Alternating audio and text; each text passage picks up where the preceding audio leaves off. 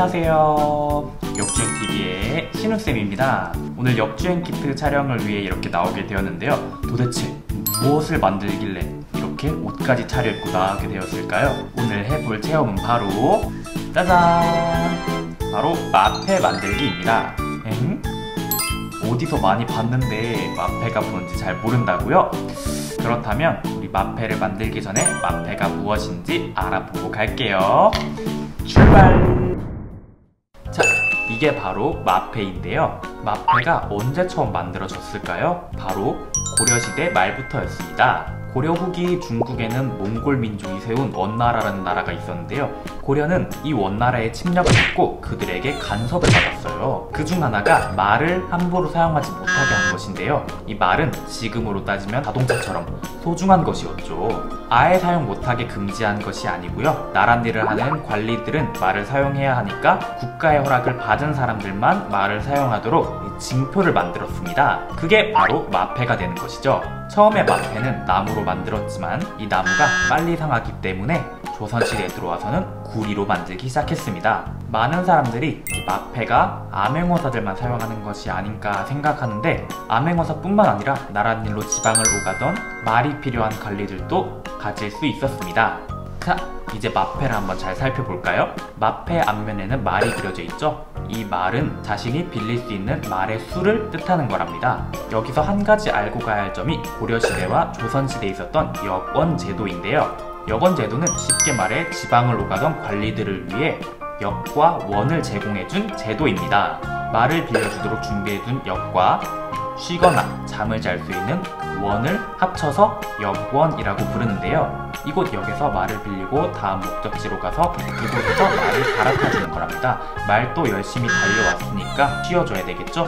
그래서 다음 역에서 푹 쉰 말을 갈아타주어 또 다른 장소로 이동할 수 있게 도와준 것이랍니다. 이때 보여줘야 할 것이 바로 마패였습니다. 관리의 등급에 따라 말을 한 마리부터 5마리까지 빌릴 수 있는데 암행어사들을 비롯한 대부분의 관리들은 한 마리에서 3마리까지 말을 빌릴 수 있었어요. 자기 탈 것만 있으면 되지 여러 마리까지 빌릴 필요가 없다고요?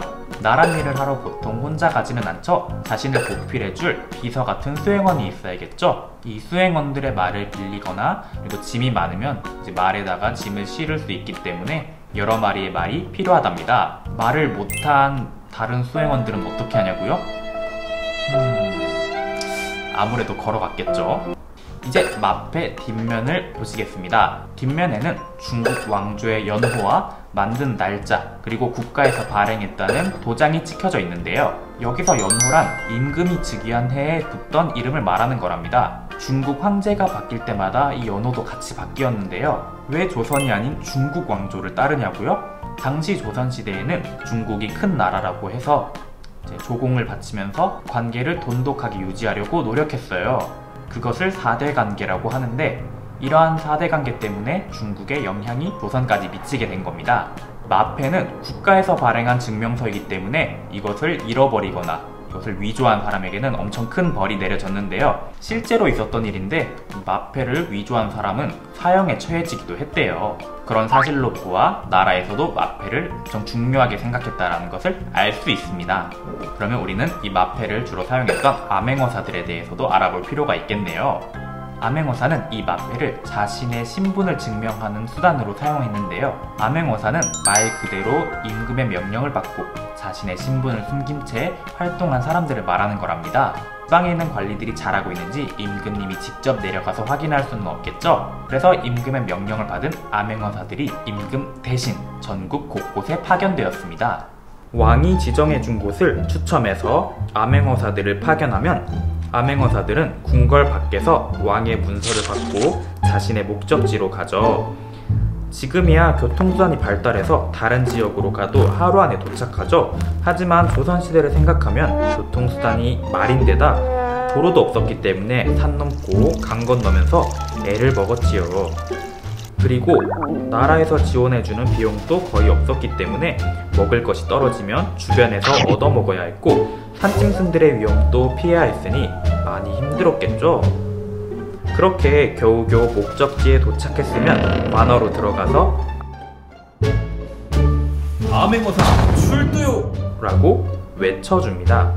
그곳에서 관리들이 일을 잘하고 있는지, 괴롭힘을 당하거나 억울한 백성들은 없는지, 감옥에 수감된 죄수가 있는지 점검을 하죠.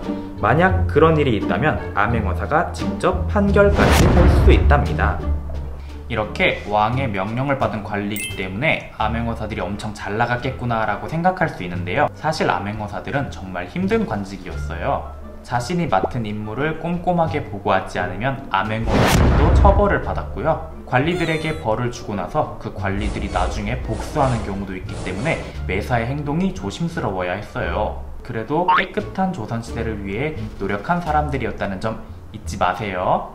자, 마패와 암행어사에 대해서 자세히 알아봤으니 이제 마패를 만들러 가볼까요?